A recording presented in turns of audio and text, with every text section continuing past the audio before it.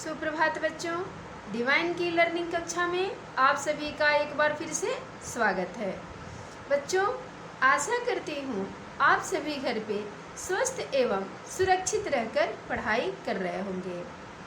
बच्चों, आज हम हिंदी व्याकरण कक्षा 6 से पाठ 1 भाषा, लिपि और व्याकरण पाठ का अध्ययन करने जा रहे हैं। तो आइए बच्चों, अब हम अपने पाठ का अध्ययन करें।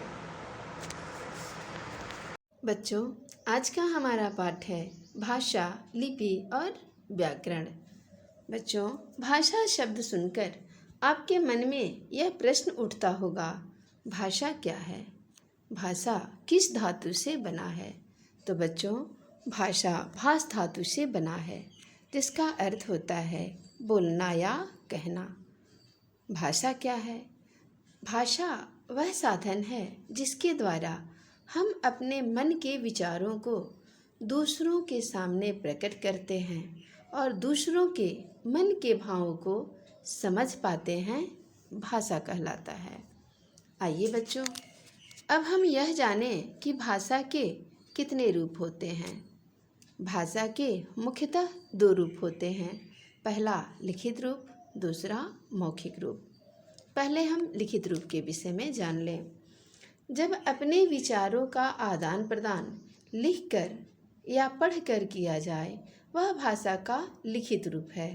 उदाहरण, समाचार पत्र, पुस्तक, पत्रिका, कविता लिखना। दूसरा है मौखिक रूप। मौखिक रूप क्या है, आइए जानें।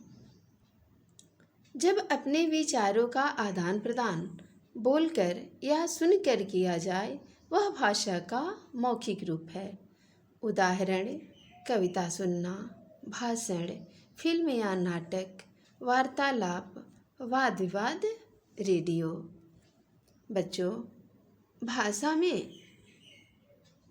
एक और रूप पढ़ने को मिलता है, जो हम संकेतों के द्वारा जो कार्य करते हैं उसे हम क्या कहते हैं? उसे हम सांकेतिक भाषा कहते हैं। तो आइए सांकेतिक भाषा क्या है, इसके विषय में जान लें। संकेतों के द्वारा अपने विचार प्रकट करना सांकेतिक भाषा कहलाता है। जैसे गार्ड का हरी झंडी दिखाना, बच्चे का दूध के लिए रोना आदि। बच्चों, भाषा के विविध रूप पढ़ने को मिलता है। पहला है मातृभाषा।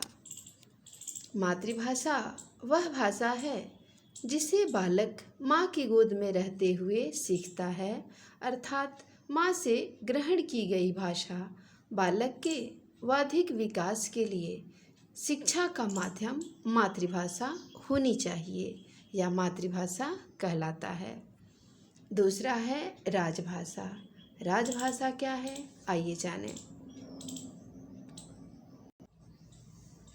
वह भाषा जिसका प्रयोग देश के राजकाज के लिए किया जाता है, राजभाषा कहलाती है।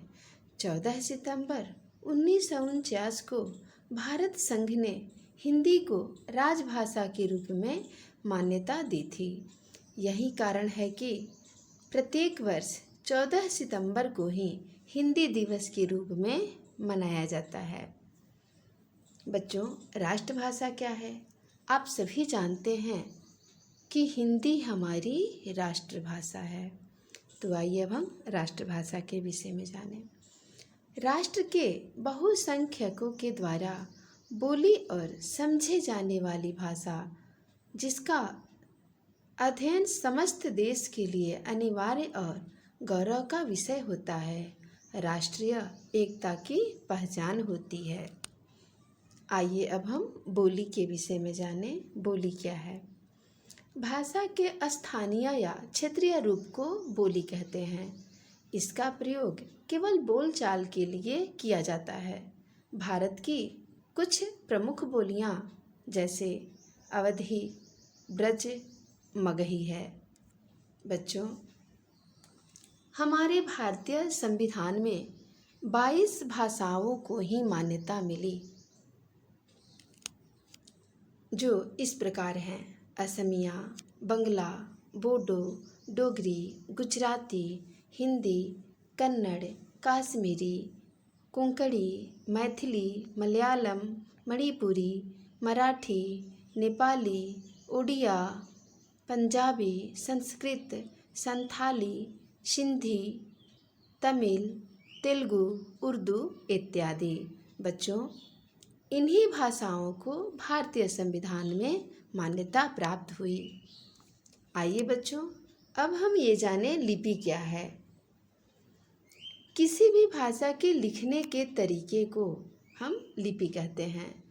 प्रत्येक भाषा की अपनी एक लिपि होती है, जैसे हिंदी की देवनागरी, उर्दू की फारसी, पंजाबी की गुरुमुखी, अंग्रेजी की रोमन।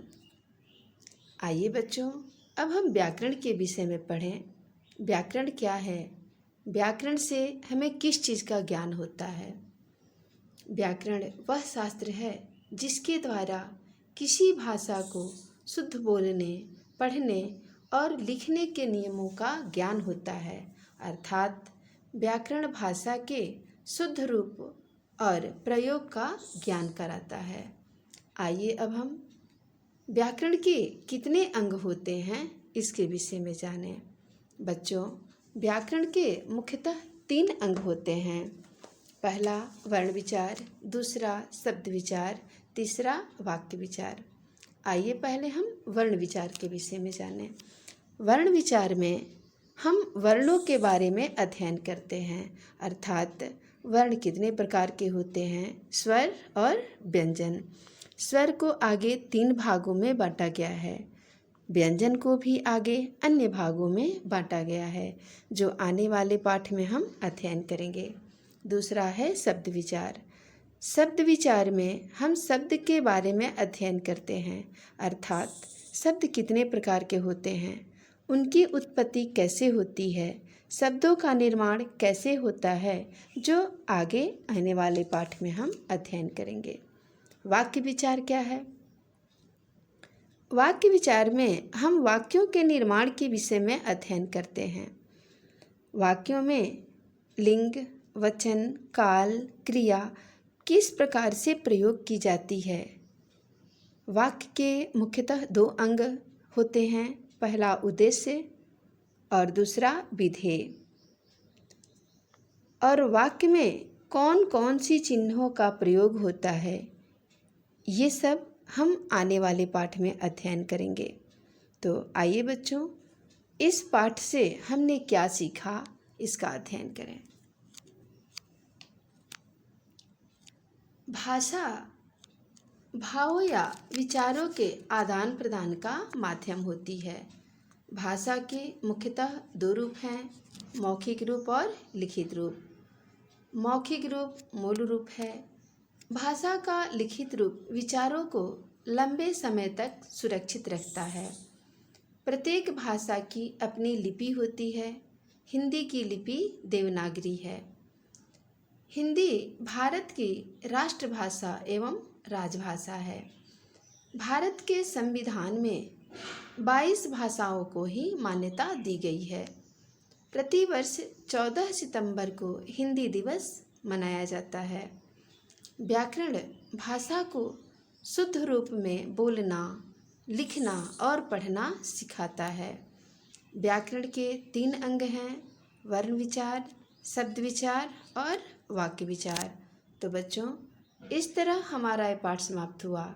आशा करती हूँ यह पाठ आप सभी को समझ में आया होगा। धन्यवाद बच्चों, आपका दिन मंगलमय हो।